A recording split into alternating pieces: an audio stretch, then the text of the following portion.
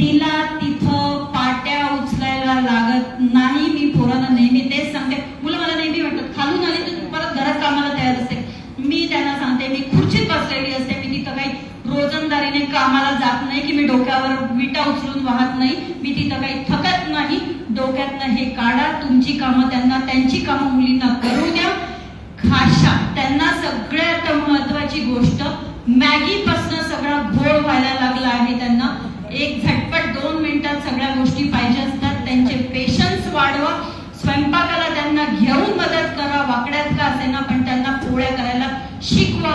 जे मी माझ्या घरी आजही मी माझ्या मुलीला स्ट्रिक्टली करायला लावते सगळं.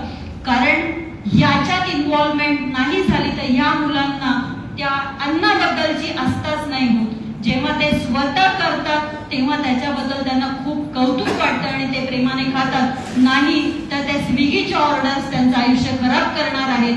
माझ्या घरात एक प्रिन्सिपल होतं. मुलं जोपर्यंत कमी होत जातं त्यावेळेस तुमच्यामध्ये शारीरिक आणि मानसिक जे बदल होतात त्याला आम्ही मेनोपॉज म्हणतो. मेनोपॉज हा आपल्याकडे साधारणपणे 45 ते 47, 48, 49 पर्यंत येतो. त्याच होतो. सगळ्यांना मेनोपॉजचे सिम्पटम्स युट्यूबमुळे माहिती आहेत. तुम्ही सगळे रील्स बघतात. हॉट फ्लॅशेस होतात, चिडचिड होतं किंवा तुम्हाला असं एकदम थकवा आल्यासारखा होतो. पिरियड्स इरेग्युलर व्हायला लागतात. कधी कधी मागे पुढे होतात, कमी जास्त होतात. एखाद्याला खूप दूध ब्लिडिंग होतं तर एखाद्याला खूप कमी होतं. हा मेनोपॉज कोणाच्याही बाबतीत, इव्हन मी माझ्या बाबतीत पण माझा मेनोपॉज प्रेडिक्ट करू शकले नव्हते. मी तुम्हाला सांगते फक्त मेनोपॉज. पूर्वीच्या काळी का मेनोपॉज एवढा हाईप नव्हता. एकत्र कुटुंब होतं, लोकांच्या खूप अपेक्षा नव्हत्या आणि समाधानाने आयुष्य जगत होत्या. 2 गोष्टी जावाभावांना शेअर होत होत्या. आता आपण एकटेच सगळं स्ट्रगल करतोय. चूल मूल कोट याच्यातच आपण स्ट्रेसमध्ये जगत असतो.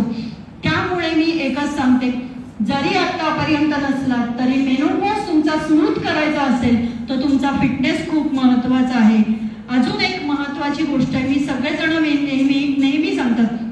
मी सगळे 40शी उलटलेल्या सगळ्या पेशंटला सांगते की तुम्ही प्लीज वेट ट्रेनिंग चालू करा. वेट ट्रेनिंग खूप इम्पॉर्टंट आहे. तुम्ही सोबत कुठलाही व्यायाम करा पण तुम्ही वजन उचला आणि थोडंसं वेट ट्रेनिंग करा.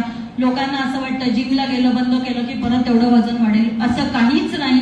वजन हे तुमचं कॅलरी इंटेक आणि आउटपुट तुमचं किती देतात, तुम्ही कॅलरी एक्सपेंड किती करतात त्याच्यावर अवलंबून आहे.